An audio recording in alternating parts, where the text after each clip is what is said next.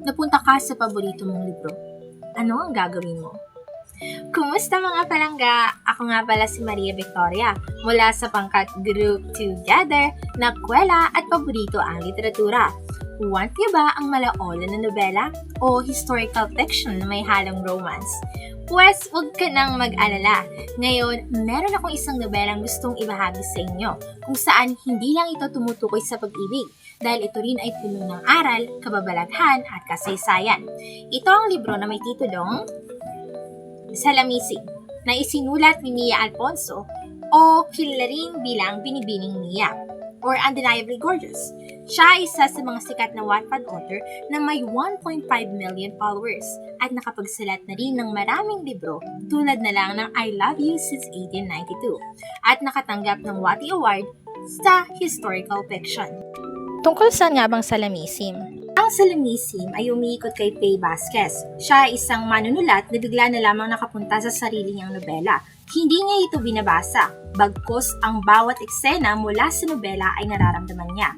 Ang kwento na kanyang napuntahan ay umiikot sa pag-iibigan ni Maria Florencita na anak ng Gobernador Silio at Lorenzo Cortes na mandirigmang nabibilang sa isang kilusan laban sa kolonyal na pamahalaan.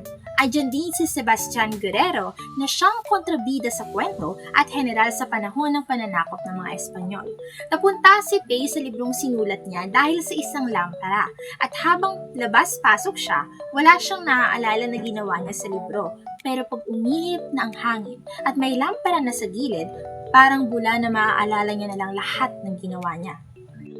Dahil sa pamamalagi niya, mas nakilala niya ang mga karakter na sinulat niya, lalo na ang kontrabidang nilikha niya na si Sebastian. At ito ang nakakakilig na part. Nahulog siya kay Sebastian sa isang karakter na malayo sa totoong buhay pero naging realidad niya. Pero habang mas nagiging malapit siya kay Sebastian, doon mas nagiging komplikado ang takbo ng kwento. Pero ito ang masakit na part. Si Pay na mismo ang gumising sa sarili niya. Saad niya sa libro, imposibleng magkatuluyan ng isang tao at ang isang tauhan na nabubuhay sa loob ng kwento. Tagos sa puso, no? Pero hindi doon natatapos ang kwento dahil ang plot twist ay hindi si Pay ang sumulat ng libro, kundi si Sebastian Guerrero.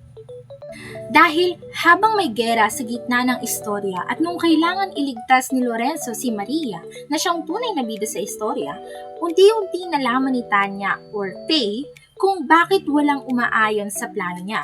Yun ay dahil kay Sebastian at sa sobrang galit, pinatay ni Tanya si Sebastian tapos si Tanya naman nahulog siya sa ilog at yun yung naging pinto para magpalit sila ng posisyon. Ang pinakagusto kong parte sa Salamising ay hindi siya humihiwalay sa totoong buhay natin. May mga isyong tinalakay na laganap pa rin sa lipunan, tulad na lang ng paglaban natin sa hindi makatao at makatarungang pamamahala. Higit sa lahat, nagustuhan ko rin ang pag-iibigan nila Sebastian at Tanya, kung gaano nila kamahal ang isa't isa at kaya nilang isakripisyo ang buhay nila. Tunay na maganda ang Salamising. Pero merong mga eksenang masyadong mahaba, kaya minsan hindi maiiwasan na mainip sa kalagitnaan ng pagbabasa. At yung paulit-ulit din na pagpapahiwatig na si Pay yung sumulat ng akda. Sa konklusyon, ang Salamising ay hindi lang romansa. Ipinapahiwatig din nito ang importansya ng pagiging responsable sa mga gagawin natin, lalong-lalo na sa larangan ng pagsusulat. Kaya naman kung mahilig ka sa romance, historical fiction, o gusto nyo lang maranasan kung anong pakiramdam mapunta sa isang nobela, abay, basahin mo na ang libro. Malay mo, ikaw naman ang makahanap ng Sebastian Guerrero. Kung nagustuhan nyo ang review na ito, huwag nyo kalimutan na mag-like, subscribe, at mag-comment. Maraming salamat mga tangga!